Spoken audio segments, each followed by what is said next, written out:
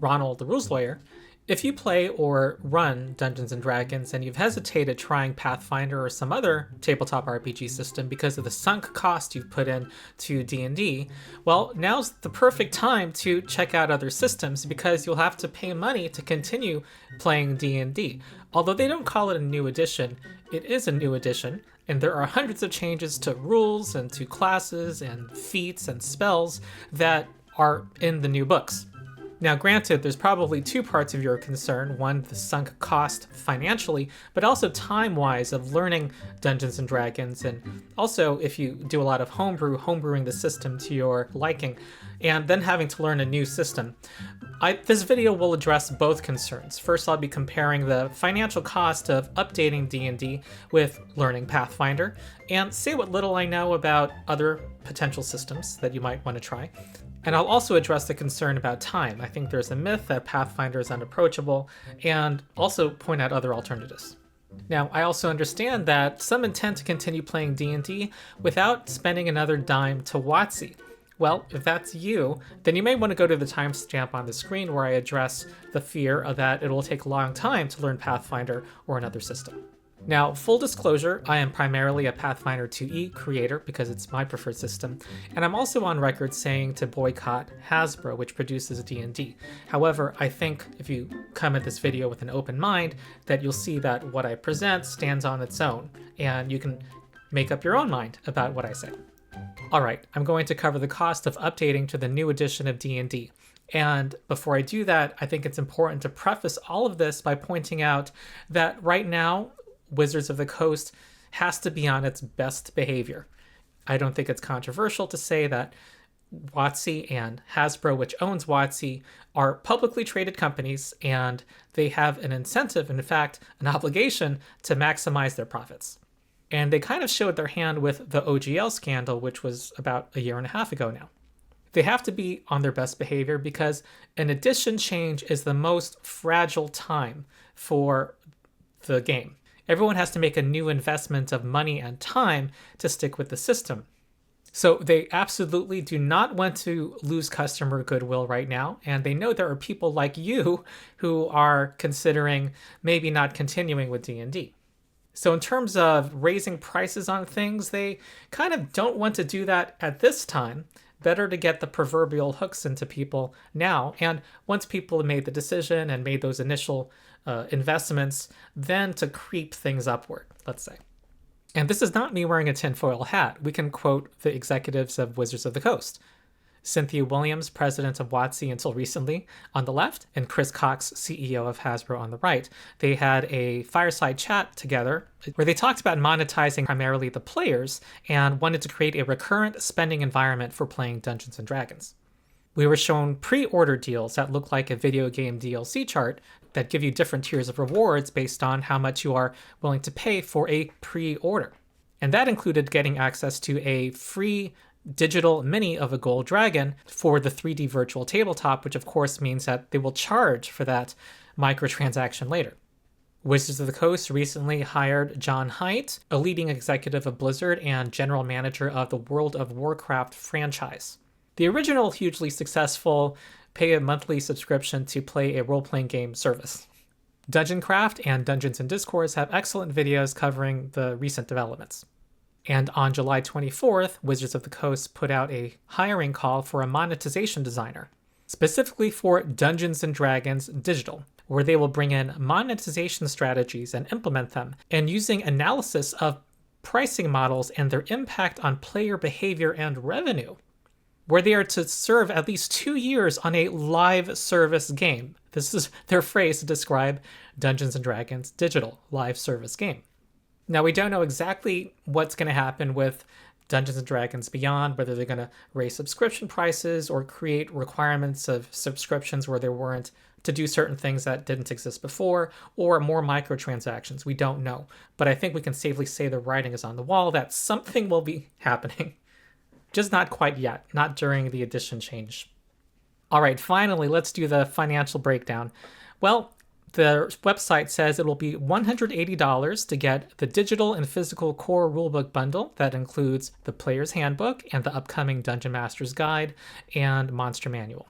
and that will be the first item on our chart. You can choose the physical books only, which I researched will cost $150 instead. And if you want to forego physical books and just get them only on D&D Beyond, that will cost $90 or $30 per book. However, unlike owning a PDF, which pretty much every other tabletop role-playing game company allows you to buy, you cannot easily share your digital book with your players. You would need to subscribe to the master tier of D&D Beyond, which is $55 a year. Now, I'm going to surprise many of you by saying that $55 a year is actually pretty reasonable, I think, in this day and age.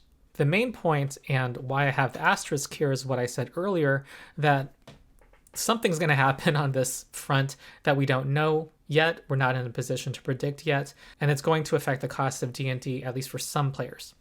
However, if you run D&D on a digital virtual tabletop like Roll20, something that became much more popular when the COVID pandemic began and continues to grow in popularity, then you will want to get the same content on a virtual tabletop. And Roll20 I use as an example, but I see the pricing is similar for other services, charges $30 per book. Now, during the OGL scandal, Wizards of the Coast responded to the outcry by putting their SRD in the Creative Commons, but were only a small subset of the rules and options the vast majority of players use. They typically had only one subclass of each of the core rulebook classes, for example. And they have made no indication that they plan to expand beyond a similar small subset with the new edition, putting that on Creative Commons. So that means into the future, any virtual tabletop company that provides access to a fuller set of options will have to do so with a specific explicit licensing agreement from Wizards of the Coast. And Wizards of the Coast can demand a cut of such sales, which means that they can affect the prices of those purchases into the future. Now, they, of course, will be launching their own 3D virtual tabletop and have an incentive, an obvious incentive, to want people to go into their virtual tabletop versus the competition. Given all that, there is some uncertainty about this little part of the chart. I imagine that it will cost $30 per book into the future, and also any additional splat book, any future Xanathar's Guide to Everything kind of book.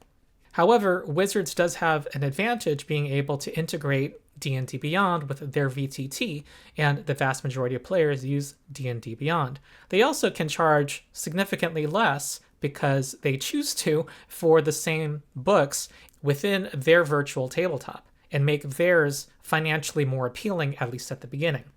So this cost might actually become cheaper in the short term while potentially being greater in the long term if they can create a monopoly over the VTT market for D&D.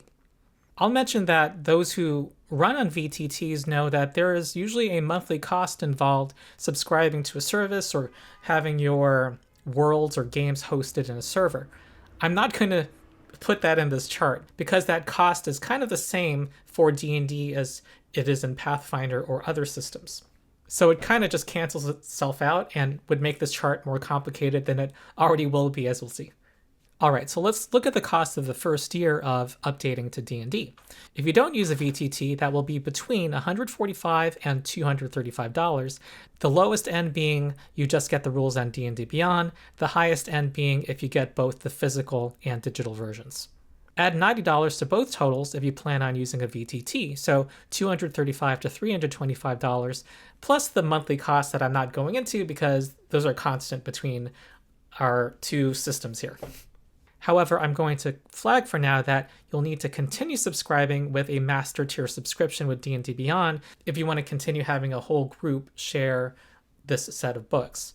And if the new edition puts out a Xanathar's-like book or Tasha's-like book, and we all know they will eventually, then that will cost $30 to $90. Okay, before I go into the comparable cost for Pathfinder, I'll point out that other RPGs are out there, of course, and I don't have much concrete info, having less knowledge about them, but I will point out a very important difference, which is that only D&D is owned by Hasbro and owned by a publicly traded company that is pressured to maximize its profits for its shareholders.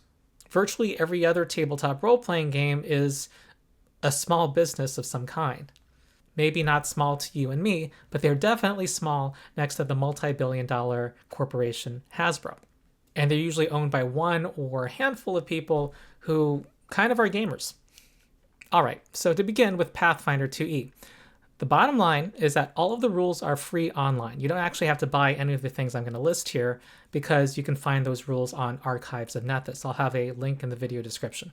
But let's assume you want a nice, pretty version of the rules. And here we'll see that the initial cost is comparable, but we are more assured of a lower cost in the long run because Pathfinder's rules are free and open, which also makes it easier for third-party companies, including those that have virtual tabletops, to make current and future content less expensive, if not free. So let's break it down. The core books. If you're only getting the physical books, you're actually paying more for Pathfinder if you're going for the full-sized books.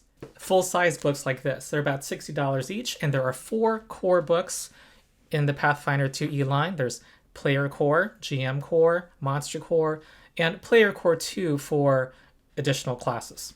However, for half the price, for $30, you can have a pocket-sized edition book, which many players prefer because they're lighter and more portable. And they're so cute. However, the company Paizo also lets you purchase PDFs, which cost $20 each, which are cheaper than accessing them on D&D Beyond. And PDFs, unlike content on D&D Beyond, you own. You can share them with players. There is no possibility that you'll lose access to them. Now, there is a disadvantage in that you cannot get the physical and PDF version combined. There is no discount to getting both of them at the same time. You can only get that deal where the PDF is free with the physical book if you subscribe to their main core rulebook line before now. If you subscribe to them today, you can only get the current book, which is currently Player Core 2, in its physical and PDF form. However, if you subscribe today, you can pay $60 for both the physical and digital, which is comparable to what Hasbro is offering for these core books now. It's just that it would only affect the current and future books in their main rulebook line. So you're actually paying more for these physical books if you go with the big versions. However, this is all in the context of the fact that all of the rules, past and present for Pathfinder, are already free on Archives of Nethys. And I'm going to lower my head a bit and highlight on the screen my shelf of current Pathfinder 2e books. And there's more books than these too, but they all have new options like new ancestries, new feats that are all searchable digitally on Archives of Nethys and easy to find and access. Now, what about a digital character builder? Even a lot of pen and paper D&D players like to use D&D Beyond. Well, here's the big advantage financially for playing Pathfinder. You can use free character builders out there. You don't need to subscribe to anything. Because all of the rules are free, there's a number of third parties that have created digital tools.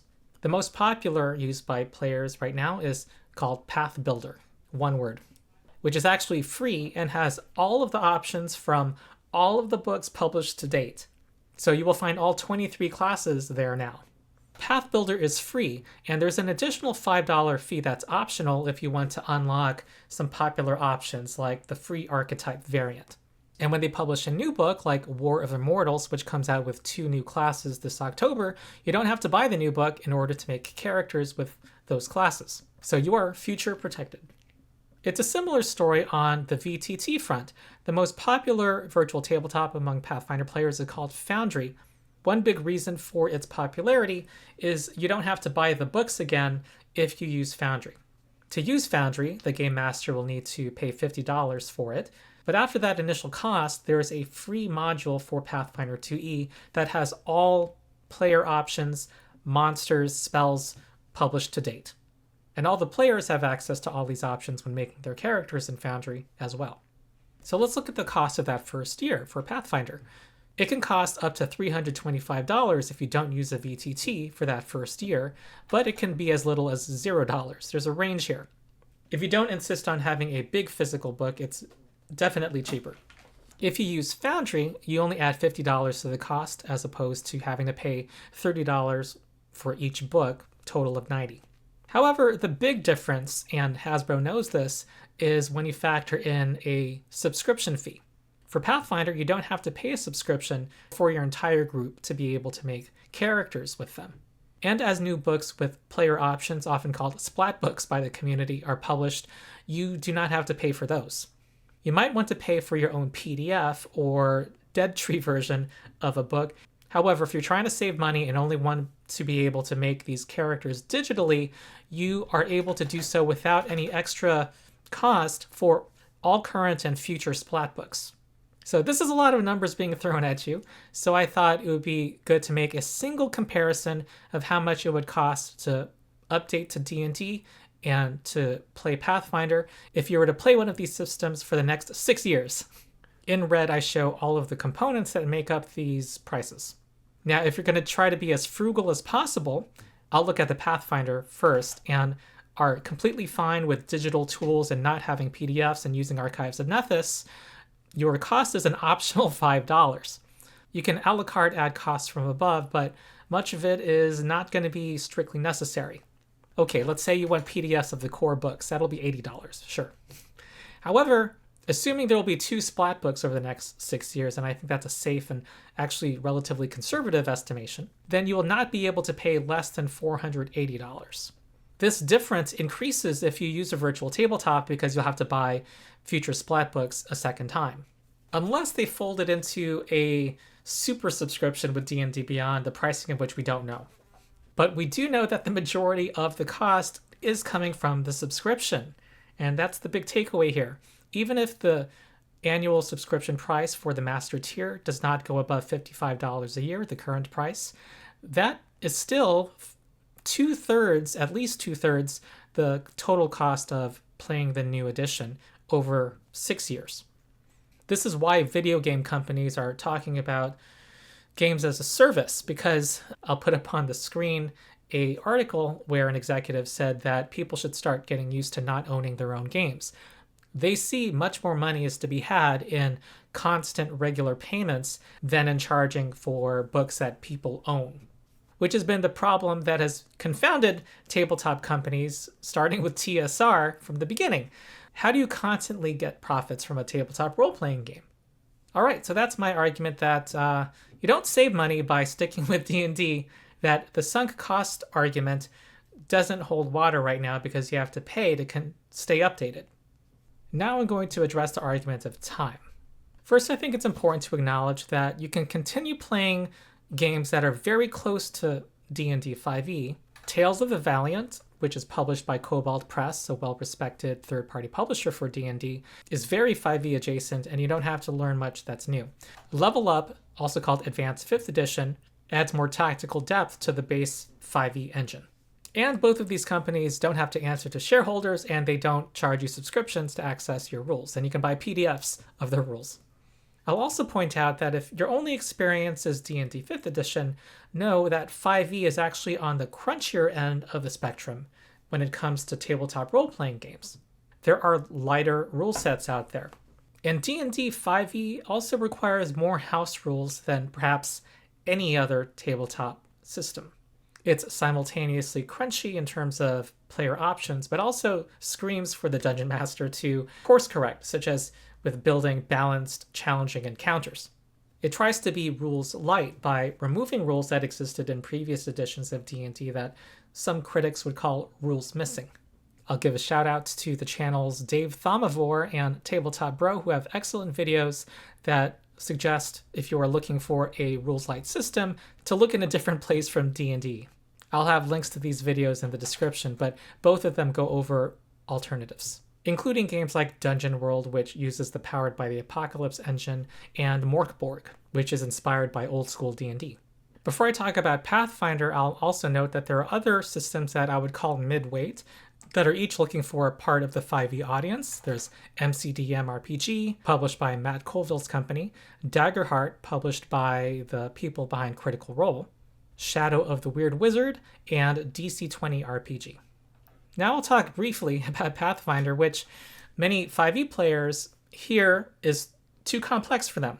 They're thinking about their experience learning D&D 5e and how they don't quite know the rules yet after maybe years of playing it, and thinking, well, the problem needs to be multiplied for a game like Pathfinder, which has more rules.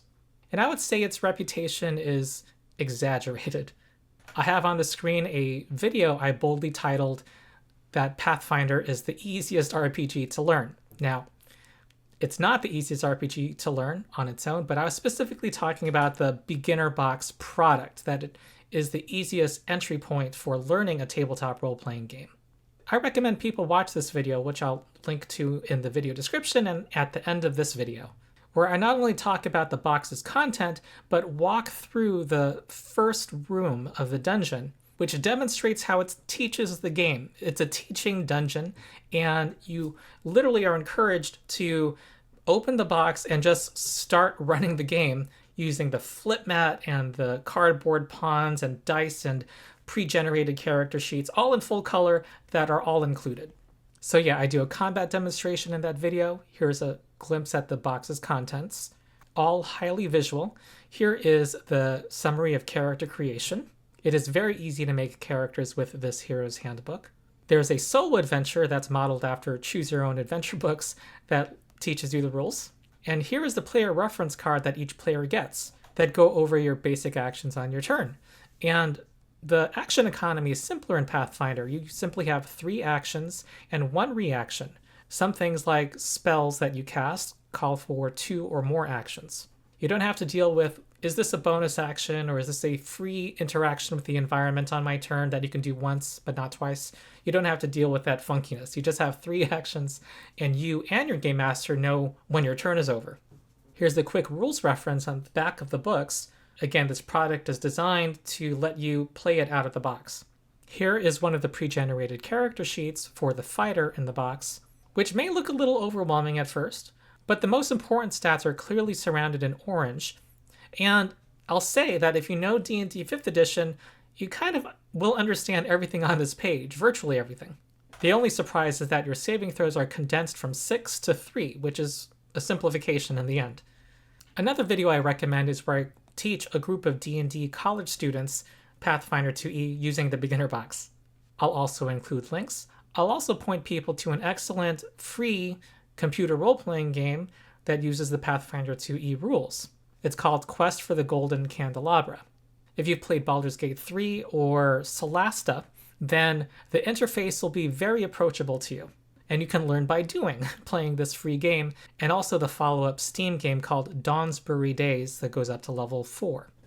And finally, I assume many of you watching this video are Dungeon Masters. You will want to check out my video, one of my earlier videos on my channel, called Top 10 Reasons Pathfinder is Easier to Run Than D&D 5e.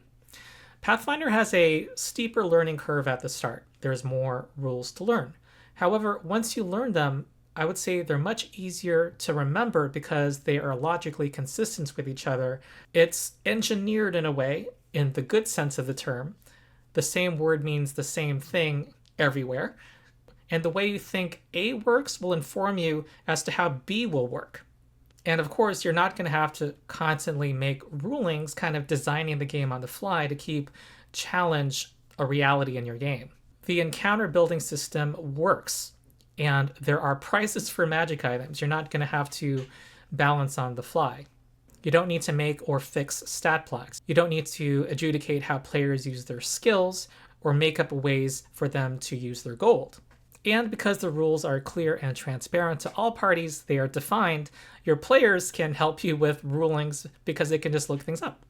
All right, to conclude, the new edition for D&D is the most precarious time for Wizards of the Coast. They don't want to lose any goodwill at this time and increase their prices and so forth.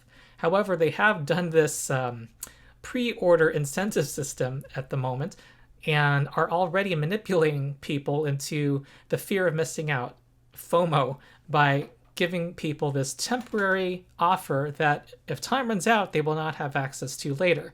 That gives them digital assets, things that don't have any physical cost to create, a Gold Dragon digital mini, digital dice sets, digital frames and backdrops, a digital art book, all of them available if you pay for the most expensive tier.